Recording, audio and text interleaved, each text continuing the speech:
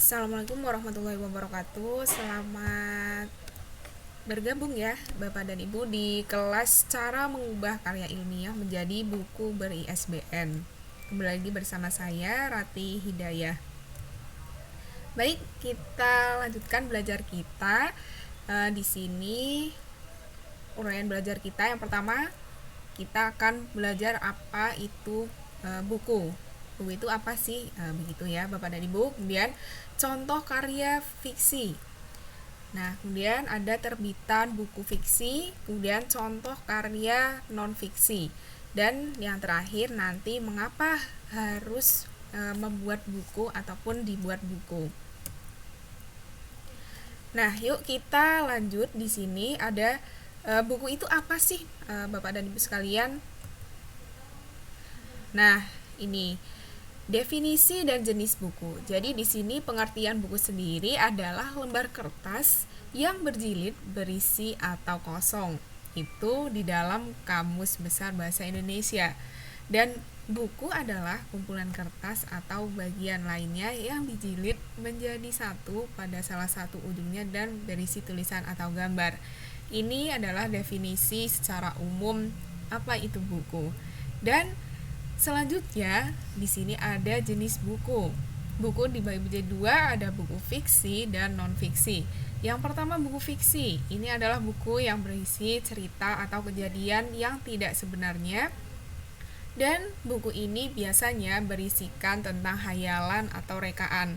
Kemudian yang kedua adalah buku non-fiksi. Buku non-fiksi ini biasanya berisikan itikat-itikat baik atas yang berbasis kebenaran ya Bapak dan Ibu atau akurasi dari peristiwa, kemudian informasi yang dijadikan yang disajikan itu bersifat informatif, sehingga di sini biasanya berisikan tentang tips, kemudian pedoman, kemudian di sini bisa jadi adalah sebuah tahap-tahapan yang akan membuat suatu proses begitu. Kita lanjut ya. Ini dia adalah contoh karya fiksi. Mungkin Bapak dan Ibu sudah tidak asing ya, di sini ada satu buku cerita anak atau dongeng. Di sini ada misalkan buku cerita rakyat populer di 34 provinsi.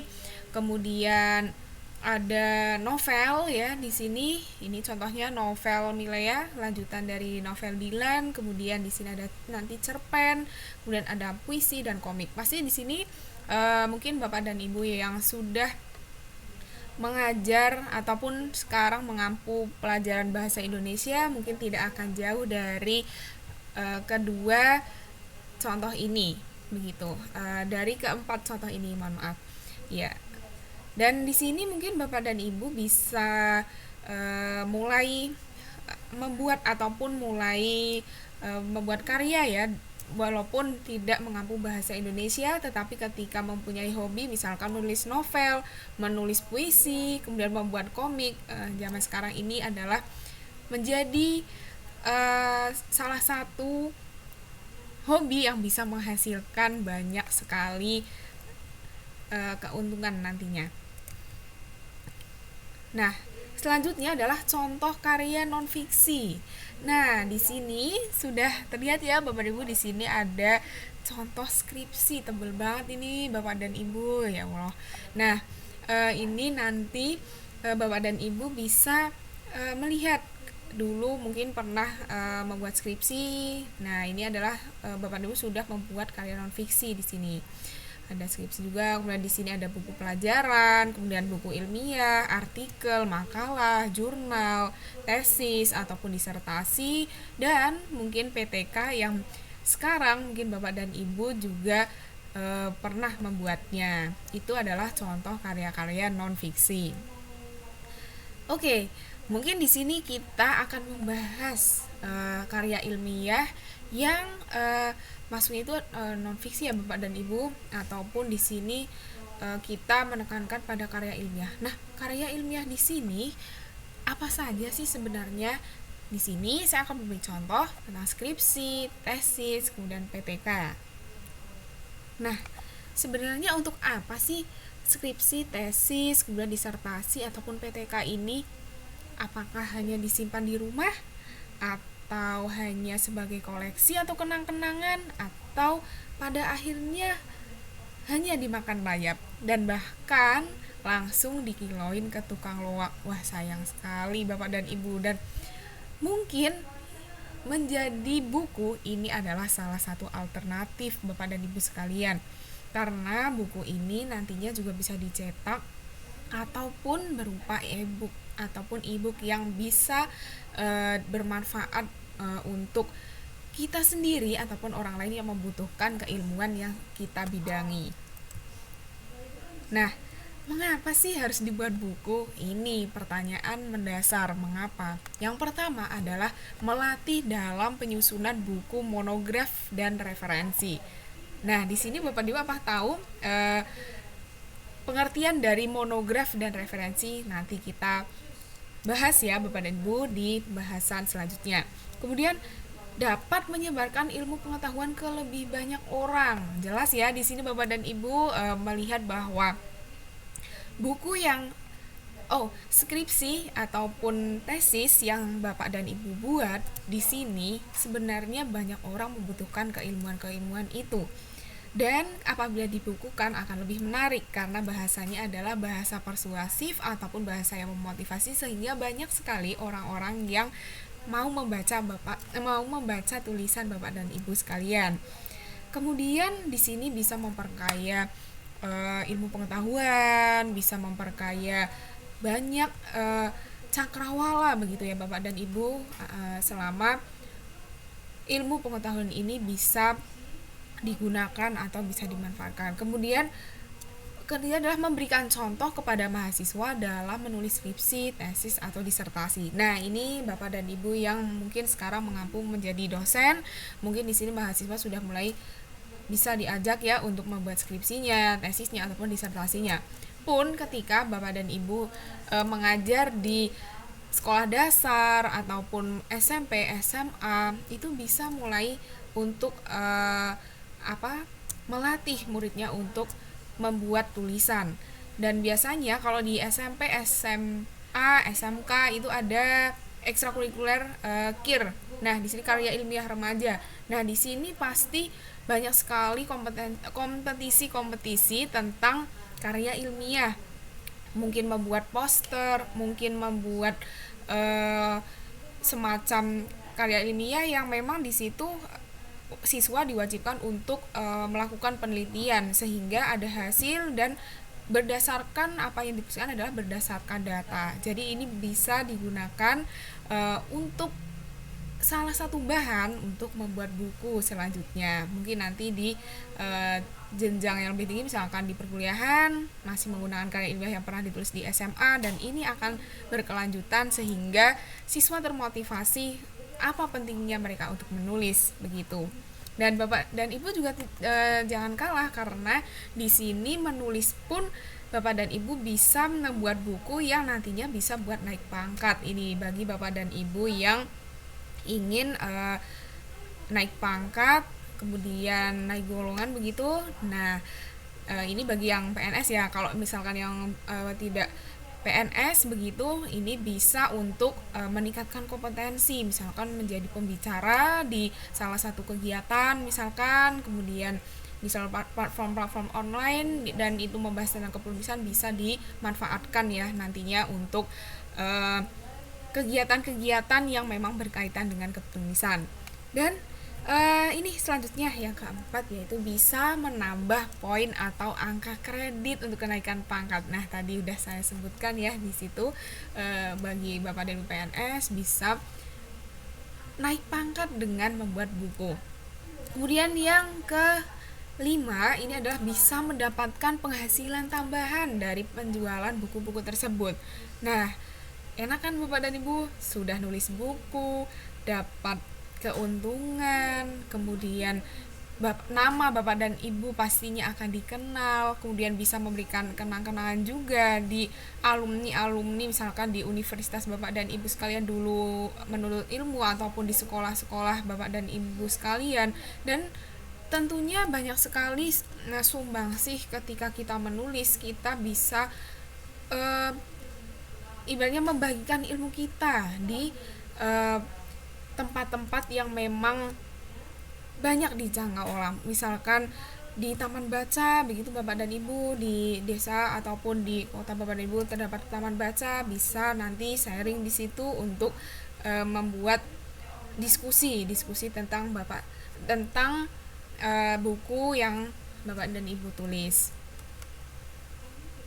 Nah, selanjutnya di sini ada jenis buku yang dapat dibuat dari skripsi, tesis, disertasi atau PPK. Nah, tadi ada buku monograf. Apa sih sebenarnya buku monograf ini?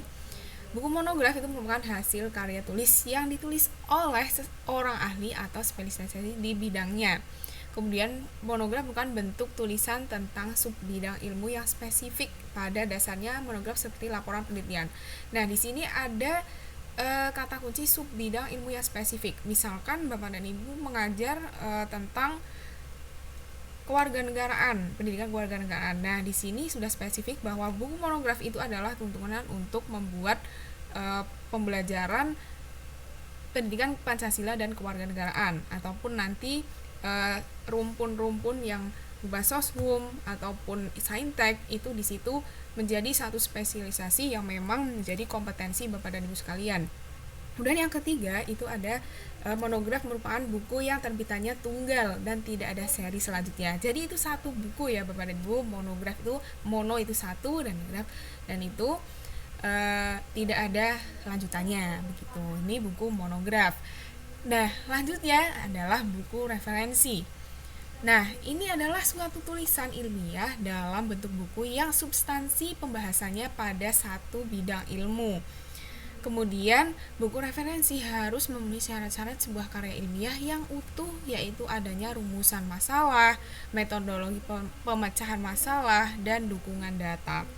Mungkin perbedaannya cukup tipis ya Bapak Ibu antara buku monograf dan buku referensi. Akan tetapi untuk buku referensi ini lebih seperti pembahasannya itu juga lebih spesifik, akan tetapi di sini harus terlihat metodologinya seperti apa, masalahnya seperti apa, kemudian dukungan data ini perlu sekali di dalam buku referensi. Nah, kemudian ada kriteria buku referensi dan monograf. Nah, ini dia kriterianya. Yang pertama adalah sesuai dengan bidang keilmuan penulis. Tadi ya Bapak dan Ibu, ketika Bapak dan Ibu misal mengampu mata pelajaran tertentu, berarti itu yang menjadi bidang keilmuan Bapak dan Ibu sekalian. Kemudian untuk yang kedua adalah merupakan hasil penelitian yang original. Nah, ini biasanya ketika Bapak dan Ibu ingin menulis buku, maka berdasarkan penelitian yang original, tidak boleh penelitian dari orang lain. Sehingga karya Bapak dan Ibu sekalian ini adalah karya yang otentik ataupun memang asli dari karya Bapak dan Ibu sendiri. Kemudian yang ketiga adalah memiliki ISBN. Nah, untuk menerbitkan ISBN ini ada prosesnya nanti Bapak dan Ibu sekalian. Kemudian yang keempat adalah tebal minimal 60 halaman cetak. Jadi, buku referensi dan monograf ini juga memiliki kriteria ya. Di sini ada 60 halaman cetak. Kemudian ada ukuran standar, itu 15,5 x 23 cm. Mungkin di sini ada ketentuan lain, tetapi yang sering digunakan adalah ukuran ini. Kemudian yang keenam adalah diterbitkan oleh badan ilmiah, organisasi ataupun perguruan tinggi dan tergabung di dalam penerbit resmi anggota Ikatan Penerbit Indonesia atau IKAPI. Nah, kemudian yang ketujuh, tidak bertentangan dengan Pancasila dan Undang-Undang Dasar 1945. Begitu Bapak dan Ibu. Itu ya kriterianya. Ini nanti bisa diperhatikan ketika Bapak dan Ibu ingin menulis. Nanti harus ada kriteria ini masuk di dalam karya Bapak dan Ibu. Nah, ini di samping ini, kemudian ini adalah karya saya, Bapak dan Ibu, ini tentang optimalisasi modul pembelajaran. Nah, di sini saya membahas tentang modul, bagaimana cara mengoptimalisasi modul pembelajaran di perguruan tinggi dan beberapa sekolah begitu. Kemudian di sini ada poin-poin yang dihilangkan dari skripsi, tesis, dan disertasi ketika akan dibuat buku. Nah, ini perlu diperhatikan ya Bapak dan Ibu, mungkin nanti tergerak hati untuk membuat buku dari skripsi, dari tesis atau dari disertasi. Di sini adalah ketentuannya. Ini ada beberapa poin yang harus dihilangkan Bapak dan Ibu dari skripsi, tesis, dan disertasi. Yang pertama itu ada lembar pengesahan. Nah, ini tidak perlu dicantumkan. Kemudian lembar persembahan ini juga tidak perlu dicantumkan. Lembar moto. Nah, ini tidak perlu juga. Abstrak dan ringkasan intisari atau sinopsis skripsi, tesis, atau disertasi. Begitu Bapak dan Ibu, ini adalah yang perlu dihilangkan begitu. Kemudian yang selanjutnya adalah poin-poin yang harus ada. Ini yang harus ada ketika buku Bapak dan Ibu ditulis, tapi dalamnya itu harus ada yang dari skripsi, tesis, ataupun yang lain, karya ilmiah lain. Yang pertama adalah judul. Ini bisa sama atau boleh dimodifikasi Bapak dan Ibu. Kemudian yang kedua adalah kata pengantar dan ditambahkan secara jujur nyataan bahwa karya ini berasal dari skripsi ini harus dipertahankan, ini kata pengantar juga. Kemudian yang ketiga adalah bab 1 sampai dengan bab 5 isi boleh dikurangi Bapak dan Ibu. Jadi tidak perlu dimasukkan semuanya, tetapi hanya beberapa yang memang menjadi inti, terutama nanti di bagian latar belakang, kemudian metodologinya, kemudian di sini hasilnya itu seperti apa, dan buku ini ditujukan itu untuk apa. Karena biasanya di akhir penelitian itu akan memuat rekomendasi mengapa penelitian ini dibuat, mengapa penelitian ini digunakan. Itu akan ada rekomendasi untuk misalkan kekayaan intelektual misalkan begitu. Nah, ini dipertahankan juga. Kemudian yang keempat adalah bab 4 kesimpulan bisa diubah menjadi implementasi. Nah, ini bisa menjadi sebuah praktik Bapak Ibu untuk refleksi juga, sehingga pembaca bisa mengetahui bagaimana buku hasil penelitian ini bisa dimanfaatkan begitu. Kemudian daftar pustaka. Nah, ini juga penting karena biasanya daftar pustaka ini adalah satu indikator yang bisa mengecek bahwa apa yang Bapak dan Ibu teliti ini sudah sesuai atau belum dengan daftar pustaka yang Bapak dan Ibu masukkan di dalamnya. Ini perlu sekali karena ketika di dalam daftar pustaka itu tidak tertulis ataupun tidak tercantum di dalam tulisan Bapak dan Ibu sekalian, nah ini bisa jadi daftar pustakanya itu bohongan ataupun itu hanya editan begitu. Nah, ini ada cara nanti untuk mengecek bagaimana sih cara membuat daftar pustaka yang memang benar ataupun sesuai dengan prosedur membuat karya ilmiah atau membuat buku. Dan kemudian lampiran. Nah, ini lampiran bisa ada atau tidak, karena biasanya lampiran kan berupa foto-foto ya Bapak dan Ibu. Ketika memang ingin dimasukkan juga tidak apa-apa, tetapi kalau misalkan hanya ingin memuat tulisannya saja juga tidak masalah begitu. Nah, yang terakhir adalah foto dan CV penulis. Jelas ini sebagai identitas buku ini ditulis oleh siapa sih, dan track record dari Bapak dan Ibu sekalian itu sampai sekarang ini itu apa begitu. Dan ya mungkin ada yang memang sudah sering menulis buku, ini adalah buku yang keberapa dari karya Bapak dan Ibu sekalian. Baik, kita lanjut ya. Ini poin-poin yang perlu ditambahkan. Nah, ada glosarium. Kemudian di sini ada indeks dan halaman copyright atau biasanya diterbitkan oleh penerbit. Jadi, nanti ketika Bapak dan Ibu sudah menulis bukunya akan mendapatkan indeks dan halaman copyright dari penerbit yang menerbitkan buku Bapak dan Ibu sekalian. Biasanya itu sudah sepakat dengan pengajuan ISBN ya Bapak dan Ibu.